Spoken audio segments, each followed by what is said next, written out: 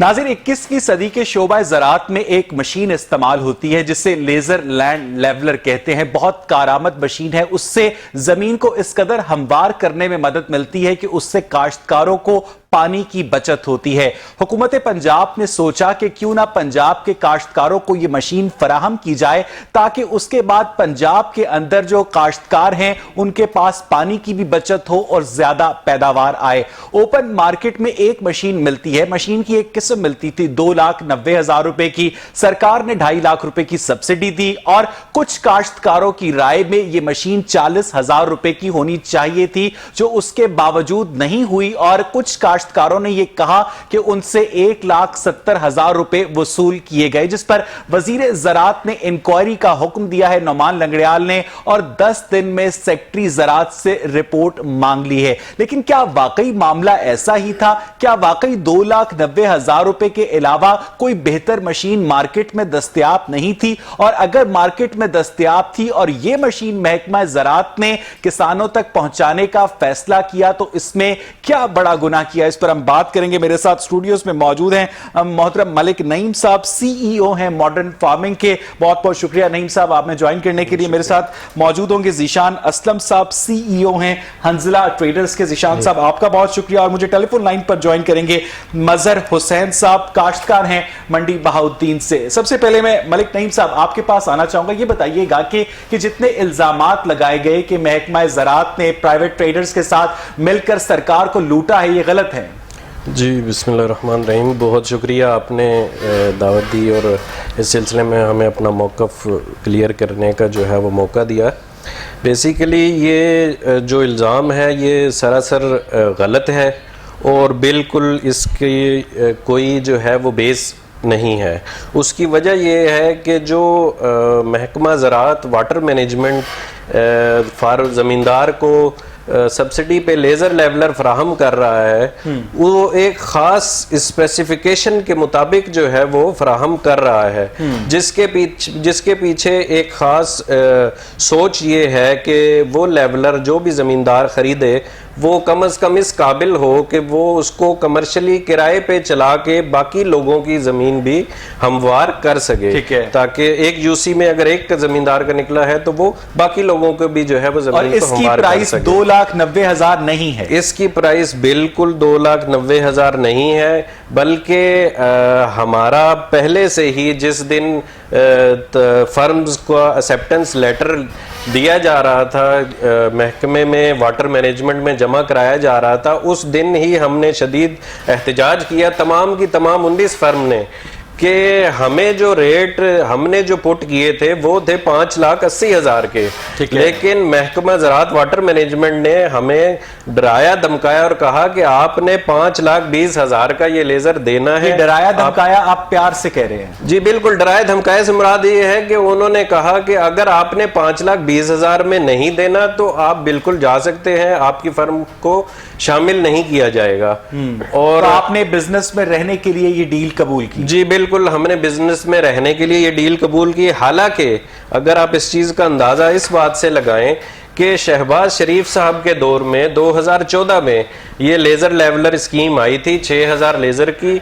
उस टाइम इसी laser leveller का रेट 4,75,000 था और अगर आप उसका मुआवजना करें कि वो उस टाइम डॉलर का रेट 100 रुपए था और जो आज का डॉलर का रेट है वो 155 रुपए 60 रुपए है जिस टाइम हमने ये जमा कराया। मुझे अगर उसको हम लेके चलें, अगर अपनी बात पूरी करें कि अगर उसको हम लेके चलें तो हमें कम अज कम जो है वो 40% अगर डॉलर की प्राइस रुपया जो है वो अपनी वक़्त खो बैठा तो उस हिसाब से 40% हमें इजाफा देना चाहिए था। हम लोगों ने 20% इजाफा मांगा, 5,80,000 रुपए का रेट पुट किया कि हम कम जेब से नुकसान कर लिया।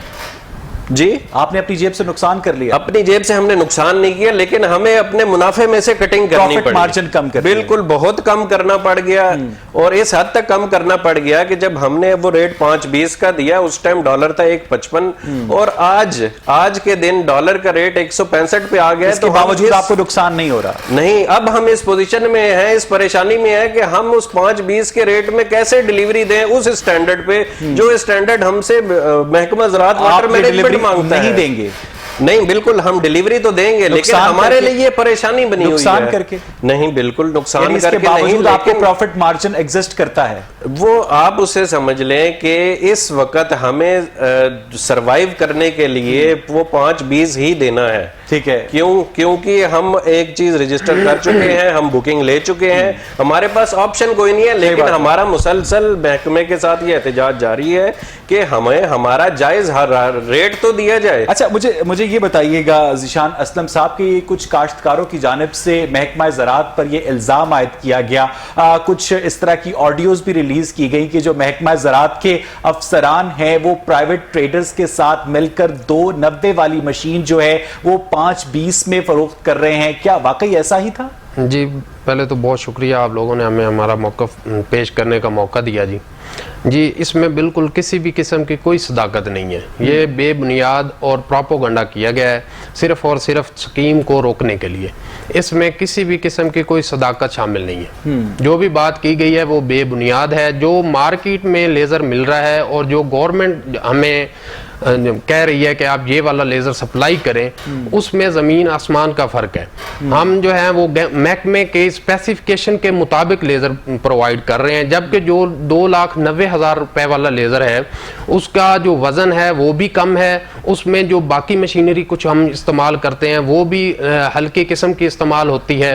वज़न में भी तकरीबन 500 के करीब फ़र्क है। और उसमें जो हम इंपोर्ट करते हैं कुछ चीज़ें जिसमें हाइड्रोलिक असेंबली है, ट्रांसमीटर है, वो जो 290 में मार्केट में मिल रहा है वो जो है ना वो चाइना का है। उसका प्राइस ये वाला भी आप बेचते हैं? जी, मार्केट में बिल्कुल सेल हो रहा है। आप बेचते हैं? जी, बिल्कुल सेल हो रहा है। ठीक है, आप मुझे ये बताइएगा कि एक मेहरान गाड़ी है और एक मर्सिडीज गाड़ी है। दोनों गाड़ियों का काम यह है कि वो एक मुसाफिर को पॉइंट ए से पॉइंट बी के ऊपर ले जाएं। एक गरीब मुल्क जब मार्केट में दो चीजें, दो ऑप्शंस अवेलेबल हैं, एक महंगी ऑप्शन और एक सस्ती ऑप्शन, तो महंगी ऑप्शन की तरफ अगर वो महकमा जाएगा तो फिर उंगलियां तो उठेंगी, सवाल तो उठेंगे। सर, बेसिकली क्वालिटी में भी फर्क है। अगर हम वो चाइना वाला लेजर मार्केट में आता है तो फिर भी क्वेश्चन होगा कि डिपार्टमेंट ने अगर वो सब स्टैंडर्ड है, इंफीरियर क्वालिटी का है, तो वो आप बेच नहीं, उसका इस लेवल नहीं है, वो इस लेवल का नहीं। कहा कि आप बेच रहे हैं? जी, बेच जरूर रहे हैं, लेकिन वो कमर्शियल यूज में नहीं आता। डिपार्टमेंट ने जो शर्त लगाई है फार्मर पर,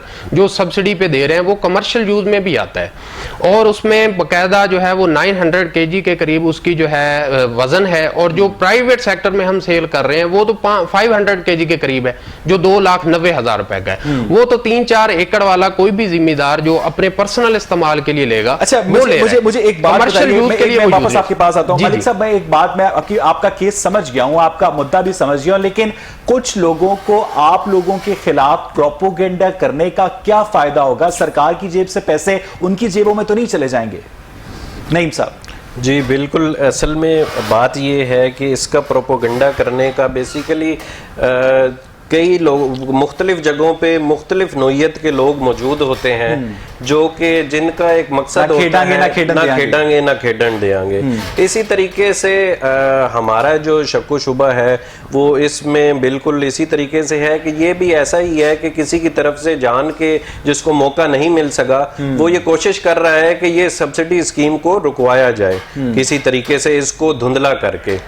और इसी तरीके से और ख़ास तौर पे जो जमींदार काश्तकार मुख्तलिफ चैनल्स पे जाके ये क्लेम कर रहा है कि मेरा ये लेजर निकला और मुझे ये हुआ। बेसिकली हमने तहकीक की तो पता चला उस काश्तकार का अपना लेजर तो निकला ही नहीं है। वो तो ये कहते हैं कि मैंने 1,70,000 रुपए का बैंक ड्राफ्ट भी जमा करवाया प्राइवेट ट्रेडर के नाम पे।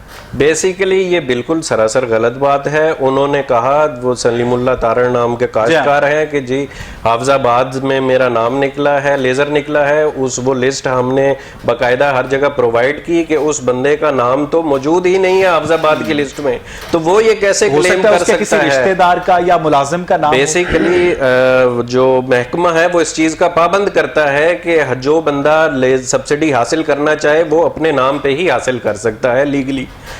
और इस वजह से ये क्लेम सरासर ही बेसलेस किस्म का है। मैं वापस आपके पास आता हूं नईम साहब। मेरे पास टेलीफोन लाइन पर मजहर हुसैन साहब मौजूद हैं, काश्तकार हैं मंडी बहाउद्दीन से। मजहर साहब ये बताइएगा, ये जो laser land leveler machine provide की जा रही है महकमा ज़राअत की जानिब से 5,20,000 रुपए में 2.5 लाख की सब्सिडी के बाद 270 की पड़ रही है, आप इस सारे प्रोसेस से मुतमईन है मजहर साहब?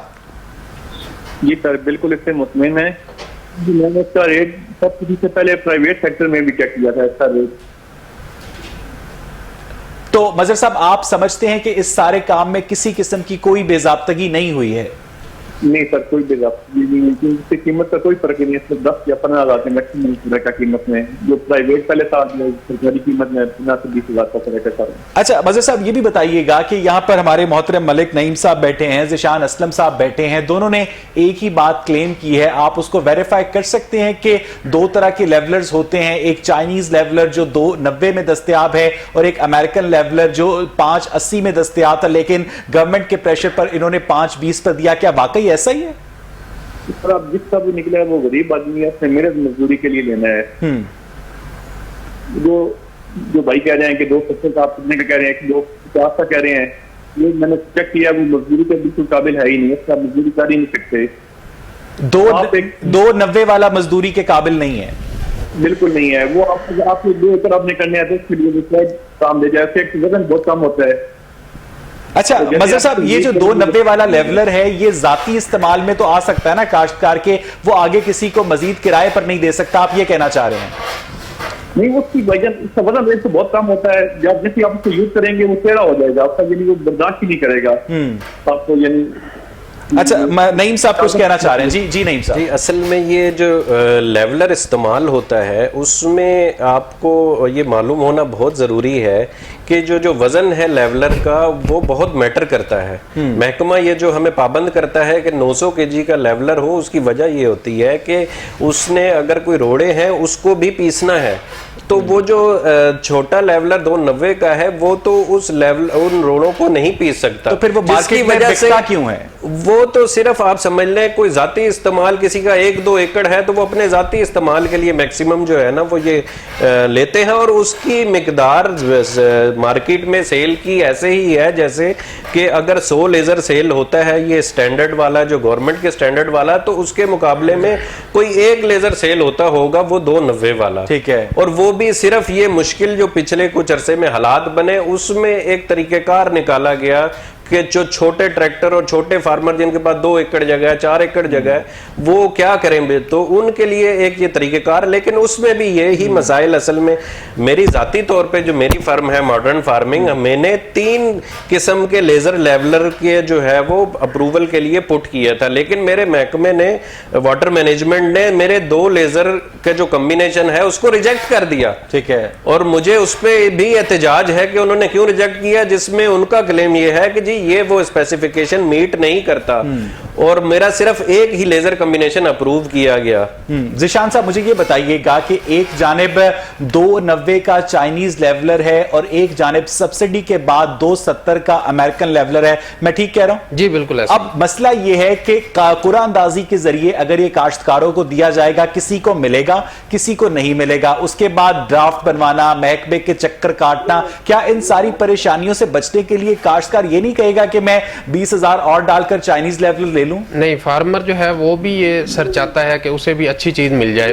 क्योंकि उसने भी कमर्शियल इस्तेमाल के लिए लेना होता है। उसने ये सिर्फ अपने इस्तेमाल के लिए तो यूज ही नहीं होता। ज्यादातर लोग जो हैं वो इसको अपना आमदन का जरिया भी बनाते हैं, इसको मार्केट में जो है बकायदा रेंट पे चलाया जाता है। जैसे महकमे ने भी इसमें शर्त लगाई हुई है कि जो भी फार्मर है वो लेजर लेगा, लेजर लेने के बाद वो इस बात का भी पाबंद होगा कि वो इसको रेंट पे चलाएगा, ताकि बाकी फार्मर जो नहीं खरीद सकते, क्योंकि इसके हर फार्मर इसको खरीद नहीं सकता, हर फार्मर के पास इस तरह की अहलियत नहीं है कि वो ये लेजर खरीद ले। लेकिन अगर ये फार्मर इसको रेंट पर हासिल कर, एक सेकंड मैं आ रहा हूं मजहर साहब, अगर मुझे ये बताइएगा ज़िशान साहब कि अगर ये फार्मर खरीद नहीं सकते और इसको किराए पर लेने के चाहते हैं एक सीजन के लिए, वो मिल जाता है? सीजन के लिए नहीं होता सर, ये पर हावर के लिए रेंट पे चलाता है ओनर। ठीक है। जो लेजर लैंड लेवलर का मालिक होता है ना जी, क्या रेंट होता है उसका? उसका रेंट जो इस वक्त मार्केट में मुख्तलिफ जो है ना इजला के हिसाब से है, कहीं पे 800 रुपए फी घंटा है, कहीं पे 1200 रुपए फी घंटा है, कहीं पे 1000 रुपए फी घंटा है। और जो 1-2 एकड़ का काश्तकार है उसका काम कितने रुपयों में हो जाएगा? वो सर ये तकरीबन 1 घंटे में ना तकरीबन 1 एकड़ जो है ना वो लेवल हो जाता है। अच्छा, मुझे ये बताइएगा मजहर साहब कि इधर मलिक नईम साहब और ज़िशान असलम साहब कह रहे हैं कि जो 520 वाला लेवलर है उसकी क्वालिटी बहुत अच्छी है, आप इस बात से इत्तेफाक करते हैं? बिल्कुल भाईजान, जो एक लेजर है जो अच्छे वाला जो बता रहे हैं भाईजान, तो ये फर्क होता है कि इसकी जो रेंज होती है, रेंज बहुत ज्यादा होती है। इसमें आप 4 से 5 एकड़ यानी 10 एकड़ 20 एकड़ का कच्चा प्लाट बना सकते हैं। और जो ये सस्ते वाला होता है इससे आप मैक्सिमम 1 एकड़ से ज्यादा आप कर ही नहीं सकते, यानी आप प्लाट ज्यादा बना ही नहीं सकते इसमें।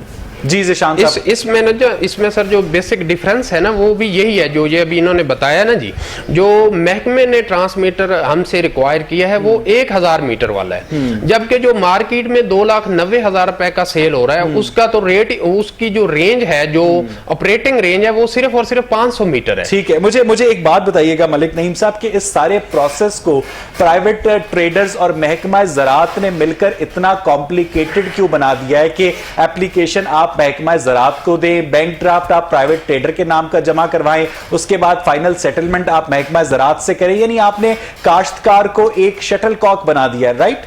नहीं, बिल्कुल ऐसी बिल्कुल भी बात नहीं है। देखें, ये बहुत ही सादा प्रोसेस है।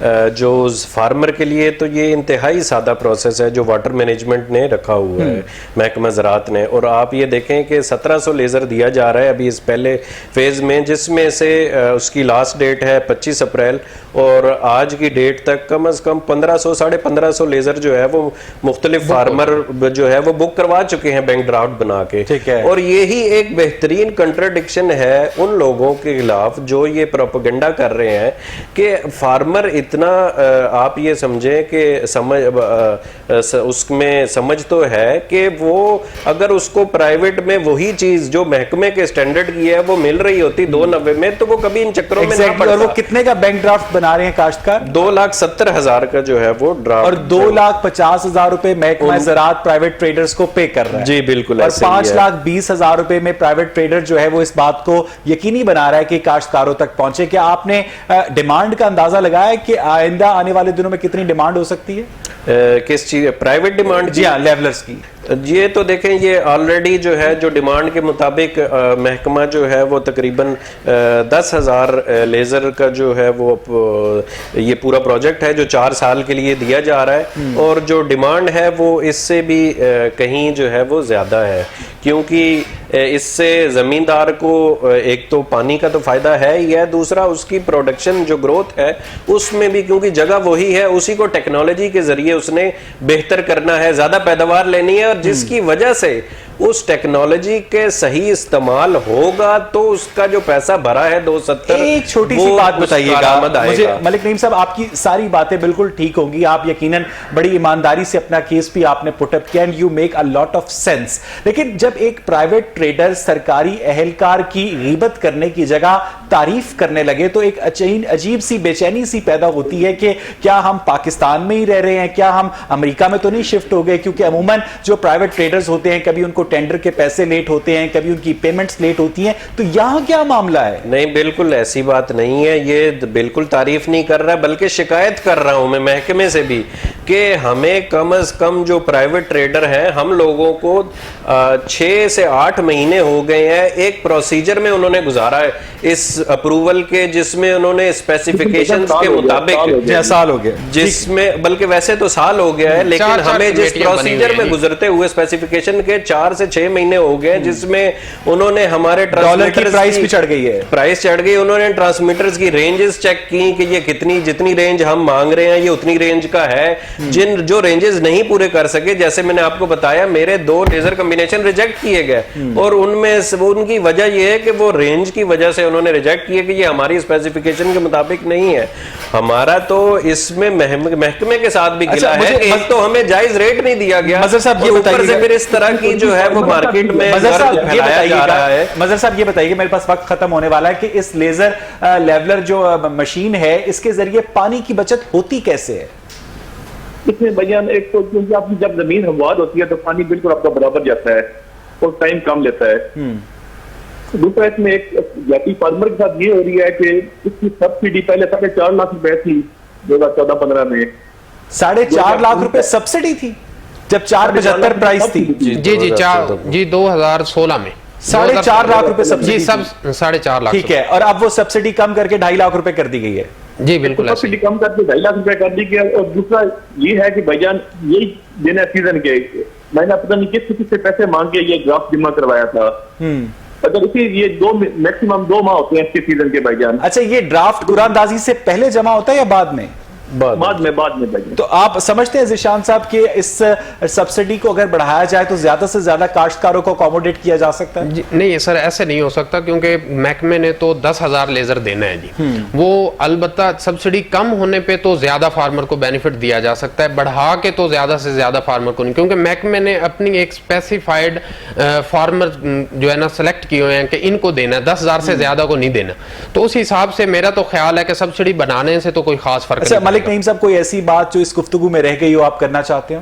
जी बिल्कुल, मैं यही कहना चाहता हूँ कि बेसिकली ये जो वक्त है, पहले ही इस मुश्किल हालात में अगर ये पैकेज दिया गया है ज़मींदार किसानों को सब्सिडी का, तो उसको जिसमें 1500 जैसे मैंने कहा कि किसानों ने अपना ड्राफ्ट जमा करवा दिया है और उनका आगे यही टाइम है इस लेजर लेवलर को इस्तेमाल करने का आने वाले बच्चे कटाई हो रही है। उसके बाद अगर वो इन चक्रों में, इन धूड़ में वो अगर लेट हो जाता है तो उसको तो फिर पूरे साल कोई फायदा ना रहा। उसने इस मुश्किल हालात में, माची हालात में भी किस तरीके से जाके ये जमा करवाए 2,70,000 रुपए, और फिर ये इस तरह की बेसलेस जो है वो बातों पे जिसमें देखा भी नहीं गया कि ये स्पेसिफिकेशंस क्या हैं 5,20,000 में जो दी जा रही हैं और जो 5,20 में भी दी जा रही है। मैं तो उस पे भी महकमे के साथ पहले ही लड़ाई में वो पहले ही आप एग्री करते हैं नईम साहब से?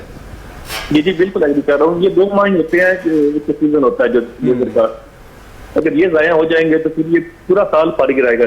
बहुत बहुत शुक्रिया मजहर हुसैन साहब, बहुत बहुत शुक्रिया मलिक नईम साहब और ज़िशान असलम साहब, आपने आकर हमारे होराइजन को एक्सपैंड किया और एक्सप्लेन किया कि जो इससे पहले एलिगेशंस लगाए गए थे महकमा ज़राअत के ऊपर के सब्सिडी खाई गई है, सरकार के पैसे खाए गए हैं, वो एलिगेशन सरासर बेबुनियाद है। मुझे यहाँ प्रोग्राम में एक ब्रेक लेनी है। Stay with us.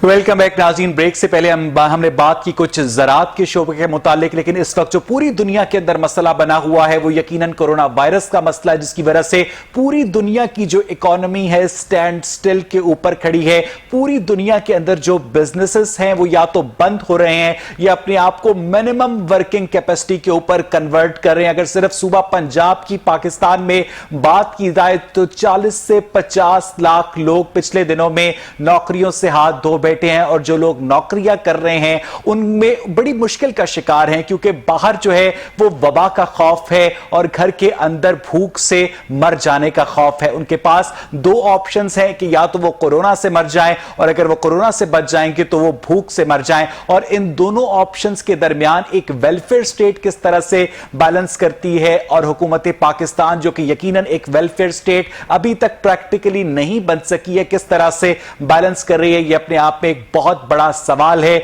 लॉकडाउन की वजह से जो इन्फेक्शन रेट है उसमें तो कमी आई है, लेकिन लॉकडाउन की वजह से जो बेरोजगारी की शरह है, जो ताजरों के अंदर बेइत्मीनानी है, डिस्कॉन्टेंट है, उसमें बेतहाशा इजाफा हुआ है। अब ताजरों की जानिब से हाई कोर्ट में, लाहौर हाई कोर्ट में यह इस्तदा की गई है कि एसओपीज को अपनाकर उन्हें जो कारोबार है वो खोलने की इजाजत दी जाए, लेकिन कोरोना वबा भी जो है वो एक बहुत बड़ा खौफनाक अफरीत है। क्या उसकी मौजूदगी में इस तरह की इजाजत कोर्ट से हासिल की जा सकती है? क्योंकि 12 मुतादिद कोर्ट्स ने इन सारे मामलात को हुकूमत की एडमिनिस्ट्रेटिव विल के ऊपर छोड़ा है। मेरे साथ टेलीफोन लाइन पर इस वक्त मौजूद हैं मोहतरम नईम मीर साहब, मरकजी सेक्रेटरी हैं ऑल पाकिस्तान अंजुमन ताजरान के। नईम मीर साहब, आप लोग क्यों कोरोना के दिनों में कारोबार खोलना चाहते हैं? देखें जी, बात यह है कि पाकिस्तान जैसा मुल्क जो है ना, इस मुल्क के अंदर आपकी रियासत के पास इतने वसाइल नहीं हैं कि आप इतने ज्यादा लोगों को घरों में बिठाएं, लॉकडाउन करें उन्हें वजीफा भी दें, उन्हें ये कहें कि आप अपनी वर्क फोर्स को नौकरियों से निकालें भी नहीं और आप कोई कंट्रीब्यूशन भी ना दें उनको, और फिर आप उनको कोई माली इमदाद या पैकेज भी ना दें, और फिर आप उन्हें कहें कि जी आप अपना लॉकडाउन हो जाए, तो ये मुमकिन नहीं है, ये बड़ी मुश्किल बात है। और इस तरह जो पूरी दुनिया के अंदर हमारा मॉडल चल रहा है कोरोना से निपटने का, उसके अंदर जहाँ लॉकडाउन उसका एक बुनियादी जुज़्व है, वहीं पर एक मुआशी मॉडल भी दुनिया ने दिया है जो लोगों को रज़ाकाराना तौर पर अपने घरों में महदूद रहने के लिए मजबूर भी करता है। तो जब आपके पास वो वसाइल नहीं और आप वो मॉडल नहीं दे सकते, तो फिर आप लोगों को घरों में रहने पर मजबूर भी नहीं कर सकते। बांग्लादेश और इंडिया के पास वो वसाइल या मॉडल है? देखें जी, बांग्लादेश और इंडिया का तो नहीं मुझे पता, लेकिन नहीं है। बांग्लादेश और इंडिया में गुर्बत हमसे ज्यादा है नईम साहब, और मसला ये है कि जी बांग्लादेश वालों ने भी 3 महीने की तनख्वाह अपने वर्कर्स की सपोर्ट की है, अपने जितने भी आपके एम्प्लॉयर्स हैं उनको सपोर्ट किया 3 महीने की तनख्वाह का। और इंडिया ने? इंडिया की मेरे पास मालूमात, इंडिया में कंप्लीट लॉकडाउन किया गया है ताकि इन्फेक्शन को फैलने से रोका जाए, और गोवा के अंदर इस बीमारी पर मुकम्मल तौर पर काबू पाया गया है। हुकूमत को शौक नहीं है नईम साहब कि वो आपके कारोबार की दुश्मन बने। हुकूमत तो खुद आपसे टैक्स मांगती फिरती है। ये रूटीन के हालात नहीं है, ये जंगी हालात है नईम साहब। तो फिर क्या किया जाए आप बताएं ना। नहीं सर, मुझे ये बताएं कि अगर आप जो लोग कह रहे हैं कि भूख है, दूसरी जानिब वबा है, आप बताएं कि क्या किया जाए, क्योंकि अगर ये बिजनेसेस खुलते हैं तो उसके बाद जो अफरीत फैलेगा इन्फेक्शन का, उसको संभालने के लिए ना इनके पास वेंटिलेटर्स हैं ना डॉक्टर्स हैं, और जो डॉक्टर्स हैं वो तो खुद कोरोना का शिकार हो रहे हैं। नईम साहब, आप तो पढ़े लिखे आदमी हैं। जी, आप भी बहुत पढ़े लिखे इंसान है, बल्कि हमारा पूरा मीडिया ही बहुत पढ़ा लिखा इंसान है। ये आप मीडिया हाउस खोल के क्यों बैठे हुए हैं कोरोना में? मुझे ये बताइएगा कि जो एसेंशियल सर्विसेज है, आपसे मैं आपको जवाब दे रहा हूं नईम साहब, मैं आपको जवाब दे रहा हूं नईम साहब।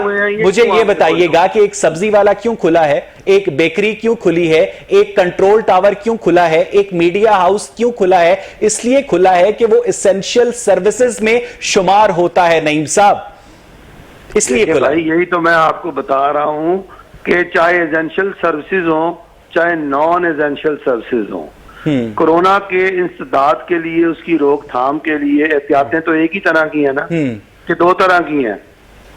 एक ही तरह। अगर आपने सब्जी मंडी में बिजनेस करना है और वहां पर रश हो रहा है, फ्रूट मंडी में रश हो रहा है, इसका मतलब है कि कोरोना के जो प्रोटोकॉल्स हैं वो तो सारे वायलेट हो रहे हैं। तो अब प्रॉब्लम ये है भाई कि जब आप कोरोना बारे जो प्रोटोकॉल्स हैं उनको फॉलो ही नहीं कर रहे, एसेंशियल फूड आइटम्स में, ग्रोसर स्टोर्स पर, मीडिया हाउसेस या दीगर ऐसी पब्लिक प्लेसेस हैं, जैसे आप देखें आप लोगों को पैसे देते हैं जब, तो आप अपना वहां पर जमे गफीर लग जाता है। अभी कल आपने कुलियों को दिया है इतना साजो सामान, तो राशन दिया है, तो वहां पर क्या कोरोना के जो हैं वो हो रहे थे फॉलो प्रोटोकॉल्स? अभी मैं ये अभी देख रहा हूँ, ये ताजरों की एक मीटिंग हो रही है मियां असलम इकबाल साहब और इजाज चौधरी साहब के साथ, और वहां पर ताजर एक दूसरे के साथ जुड़े हुए बैठे हैं। तो हमें तो आपने ये बताया कि जी 6 फीट का फासला होना चाहिए। क्या हुकूमत की मीटिंग जो है उनके अंदर कोरोना के प्रोटोकॉल्स फॉलो हो रहे हैं? हम खुद ये सवाल उठा चुके हैं नईम साहब, लेकिन जो मेरी बात सुने, जो 10 रुपए का गलत हो रहा है, आप लोग उससे 20 रुपए का गलत करना जा रहे हैं। भाई नहीं, हम ये नहीं कह रहे, हम आपको ये कह रहे हैं कि हमारे बहुत से ऐसे सेक्टर्स और बहुत से ऐसे कारोबार हैं जहां पर बिल्कुल भी रश ही नहीं होता। मिसाल के तौर पर आपके गाड़ियों का कारोबार है, शोरूम्स हैं, वहां पर बिल्कुल रश नहीं होता और नीट एंड क्लीन शोरूम्स होते हैं, और वहां पर एक कस्टमर आता है, 2 आते हैं, 3 आते हैं, डील करके चले जाते हैं। इसी तरह आपके फर्नीचर शोरूम्स हैं, वहां पर चंद अच्छे कस्टमर्स आते हैं, वहां पर कभी रश नहीं देखा। अच्छा, मुझे ये बताइएगा नईम साहब कि इस वक्त दुनिया के 184 ममालिक में जो लॉकडाउन चल रहा है कोरोना की वजह से, कितनी जगहों पर आपने गाड़ियों या फर्नीचर के शोरूम खुले देखे हैं? देखें, ये आप दुनिया के साथ हमारा मुकाबला ना करें। नहीं, हम लोग चांद पे रहते हैं। दुनिया जैसा आप पैकेज भी तो दें ना। देखें, यही तो एक प्रॉब्लम आपको समझ नहीं आ रही। आप तनख्वाहदार लोग हैं, आपको महीने बाद आपको तनख्वाह मिल जानी है, चले अगले महीने मिल जाएगी, उससे अगले महीने मिल जाएगी, थोड़ी सी किस्तों में मिल जाएगी, बाद में मिल जाएगी। देखिए, कारोबार जो बंदा कर रहा है, जब तक वो कमाएगा नहीं, वो आपको तनख्वाह कहाँ से देगा, वो आपका खर्चा कहाँ से उठाएगा? फिर इसका मतलब तो ये हुआ कि अगर आप मुझे ये कह रहे हैं कि मैंने आपको सपोर्ट भी नहीं करना और आपने घर पे भी रहना है, तो जो हमारी वर्क फोर्स है फिर हम उसको निकाल देंगे। फिर वो जो बेरोजगारी पैदा होगी, उस बेरोजगारी के जिन को आप बोतल में कैसे वापस लाएंगे? देखें, ये हमारे जो है ना, ये अमली मसाइल हैं। हमें अपने रियासत के जो अमली मसाइल हैं, इन पर जो है वो बगौर उसका जायजा लेना और सोच समझ के बात करनी है। नहीं, मेरा सवाल फिर वही है कि दुनिया के कितने ममालिक में फर्नीचर के शोरूम्स या गाड़ियों के शोरूम्स खुले हैं? ये कोई सवाल ही नहीं है। मैं आपसे ये पूछ रहा हूँ कि दुनिया ने अपने शोरूम्स भी बंद करवाए हैं, अपने छोटे बिजनेस भी बंद करवाए हैं, उसके अगेंस्ट दुनिया ने पैकेज दिया है, दुनिया ने सिक्योरिटी दी है, दुनिया ने तहफ़्फ़ुज़ दिया है ताजर को। जब आप ना सिक्योरिटी दे सकते हैं, ना वजीफा दे सकते हैं, ना तहफ़्फ़ुज़ दे सकते हैं उसके बिजनेस का, तो आप उससे उसका बिजनेस बंद करवा रहे हैं। तो आप उसे ये कह रहे हैं कि तुम अपने सारे मुलाजिम भी निकाल दो, अपने सारे काम भी छोड़ो और आराम से बैठो। तो ऐसे नहीं चलता। नहीं, ये बिजनेस क्यों बंद करवा रही है गवर्नमेंट? देखिए, बिजनेस आप इसलिए बंद करवा रहे हैं कि आपका ये ख्याल है कि जो कोरोना है वो फैलेगा नहीं। हमारा ये ख्याल है, ये वर्ल्ड हेल्थ ऑर्गेनाइजेशन की गाइडलाइन है। नहीं, ये ऐसे नहीं है। देखिए, आप अंडरस्टैंड करें बात को। जो कोरोना के बारे में जो प्रोटोकॉल्स हैं, वो तो हर एक ने खुद इख्तियार करने हैं। इसको थोड़ा सा अंडरस्टैंड करें।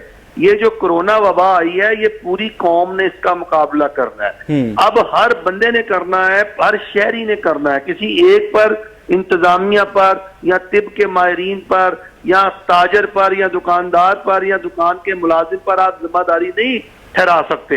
अब हर बंदे की सेहत का मामला है, उसकी जान का मामला है। उसे खुद पता है कि मैंने सोशल डिस्टेंसिंग कैसे करनी है, मैंने मास्क पहनना है, मैंने सैनिटाइजर का इस्तेमाल करना है, मैंने सफाई का ख्याल रखना है। मैं एक आखिरी सवाल आपके साथ नईम मीर साहब करना चाह रहा हूं, चूंकि हम लोग न्यूज के बिजनेस में हैं, कि 15 अप्रैल को जब लॉकडाउन नर्म होना शुरू हुआ, उससे पहले 14 अप्रैल तक रोज के 150 केसेस रिपोर्ट होते थे। जिस दिन 15 अप्रैल से लॉकडाउन नर्म हुआ है, रोज के 500 केसेस रिपोर्ट होते हैं। और अगर ये मजीद नर्म कर दिया जाए आपके मुतालबात की रोशनी में, तो ये 1000 के ऊपर ये फिगर क्रॉस कर जाएगी रोज की। नईम साहब, देखिए जी, ये तो तिब के माहिरीन बताएंगे, हमारी टेस्टिंग कैपेसिटी कितनी है वो बताएंगे। ये गवर्नमेंट और इंतजामिया अदालत में आके बताएगी कि जी कितने लोग जो हैं वो कितनी परसेंटेज है जो लोग फौत हो रहे हैं।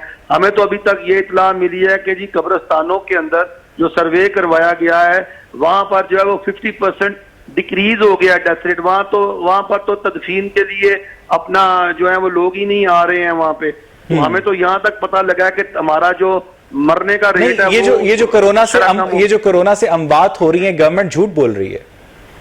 देखिए जी, ये तो इसका फैसला तो अदालत अब करेगी ना।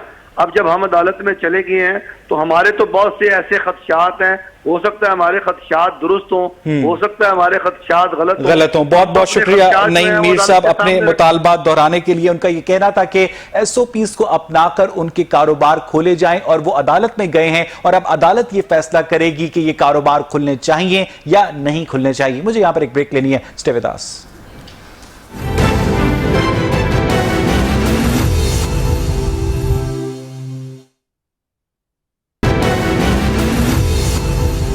वेलकम बैक नाज़रीन। ब्रेक से पहले ताजिर रहनुमा नईम मीर साहब ये मुतालबा कर रहे थे कि SOPs को अपनाते हुए बिजनेसेस खोलने की इजाजत दी जाए। तो हमने उनके आगे हुकूमत वक्त का ये मौकफ रखा कि हुकूमत को शौक नहीं है उनके कारोबार बंद करने का, लेकिन हम इस वक्त गैर मामूली सूरत हाल से गुजर रहे हैं, और ऐसी सूरत हाल से गुजर रहे हैं जिसके बाद इंसानियत शायद दूसरी जंग अजीम के बाद से नहीं गुजरी है। 1347 ईस्वी में इस्तांबुल के अंदर जो ब्लैक प्लेग आई थी, उसने 6 साल में 20 करोड़ लोगों का खात्मा किया था, जब दुनिया की आबादी भी इतनी ज्यादा नहीं थी। और ये जो वबा है, ये कितने लोगों का खात्मा कर सकती है अगर हमने हिफाजती तदाबीर इख्तियार ना की? ये अपने अंदर एक बहुत बड़ा सवाल है। नासिर सलमान साहब, तर्जुमान पंजाब हुकूमत के, हमारे साथ मौजूद है। नासिर साहब, बहुत बहुत शुक्रिया आपके वक्त के लिए। आप समझाते क्यों नहीं है ताजरों को? हर वक्त ये आप लोगों को ब्लैकमेल करते रहते हैं, कभी अदलिया का नाम लेकर, कभी मुजाहिरों का नाम लेकर, कभी गवर्नर हाउस का घेराव करने का कह के।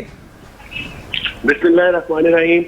वह सबसे पहले तो मैं आपका बड़ा मशकूर हूं कि आपने मुझे मौका दिया। जहां तक ताजिर हमारे भाई हैं, पाकिस्तान की बहुत अहम बरादरी है।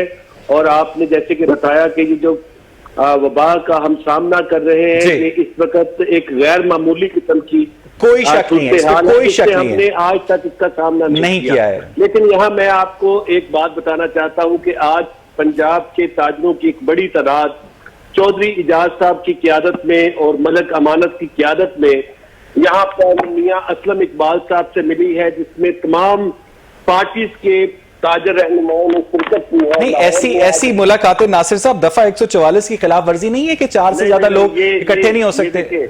नहीं, ये एक दफ्तर में हुई है। नहीं, दफ्तर एक पब्लिक प्लेस है, किसी पब्लिक प्लेस पर 4 या 4 से ज्यादा लोग नहीं इकट्ठे हो सकते। नहीं, इंडस्ट्रीज के जो हमारा वजीर इंडस्ट्रीज है उनके दफ्तर में हुई है। अगर आप 1 से 2 बंदे आते हैं और किसी दफ्तर में फासला रख के बैठते हैं तो इसकी प्रोविजन मौजूद है, क्योंकि निजाम हुकूमत भी चलाना है और तमाम स्टेक होल्डर के साथ बातचीत करनी है। तो फैसला क्या हुआ इस मुलाकात में नासिर साहब? नासिर साहब, इस मुलाकात में आपको भी पता है कि इस वक्त बड़ी गैर मामूली सिचुएशन है, जिसमें पूरी दुनिया की निस्बत पाकिस्तान इस वक्त बचा हुआ है। आपका पहले भी आपने कहा कि हम टेस्ट नहीं करें, तो मैं आपको बताता चलूं कि तकरीबन रोज के हम 4200 के करीब टेस्ट करने की सलाहियत रखते हैं और हम इस वक्त कर भी रहे हैं, जिसे बतदरीज हम 5000 और फिर 10,000 पे रैंडम टेस्टिंग शुरू कर देंगे। आपको पता है कि जब ये वबा हमारे मुल्क में आई तो हमने फौरी तौर पे ऑर्डर प्लेस किए गैर मुल्कों के अंदर, जिसमें चाइना।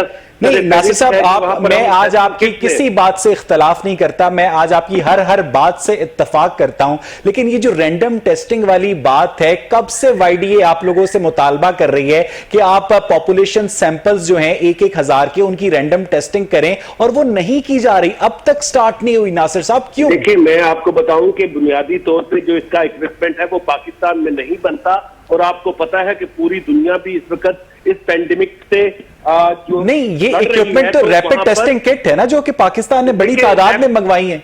हम लोग अगर टेस्ट की सलाहियत रखते हैं। बताना चाहता हूं कि हमने पूरे पंजाब में इसको फैलाया है, इसका कोई सेंट्रल डिपो नहीं है। जैसे ही हमारे पास कोई खास तादाद आती है तो हम इसको पूरे पाकिस्तान में, जो हमारा एक जनरल अफसर की सरबराही के अंदर डिजास्टर मैनेजमेंट जो डिपार्टमेंट काम कर रहा है, वो पूरे सूबों को देता है, फिर सूबों के हवाले किया जाता है। अच्छा नासिर साहब, मेरे पास आखिरी मिनट है। नासिर साहब, सिर्फ एक आखिरी सवाल का जवाब दीजिएगा कि पाकिस्तान जैसा अनलॉक्ड लॉकडाउन आपने कहीं और देखा?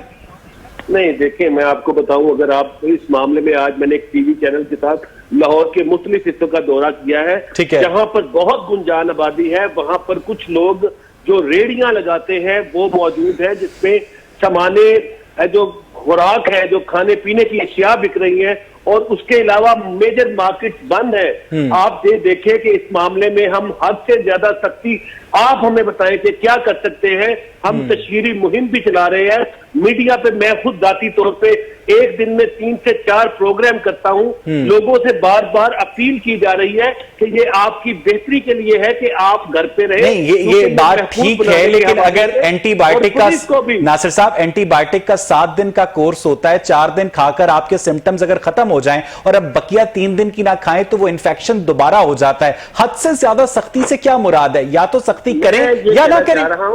नहीं, मैं आपको बताऊं कि हमने मुख्तलिफ जगहों के ऊपर पुलिस की, रेंजर्स की मौजूदगी, फौज भी बल्कि बहुत सारी जगहों पे मौजूद है, जो लोगों को इस चेक और बैलेंस की बुनियाद पे हमने डिप्यूट की है, ताकि लोगों को ये बावर करवाया जा सके कि ये मामला कितना संजीदा है। बहुत शुक्रिया नासिर सलमान साहब। लोगों को बावर होना चाहिए कि ये मामला कितना संजीदा है, और ऐसे मामलात में अगर हुकूमत वक्त से वो नॉर्मल रिलीफ की तवक्को करते हैं तो वो गलत तवक्को करते हैं। प्रोग्राम देखने के लिए शुक्रिया।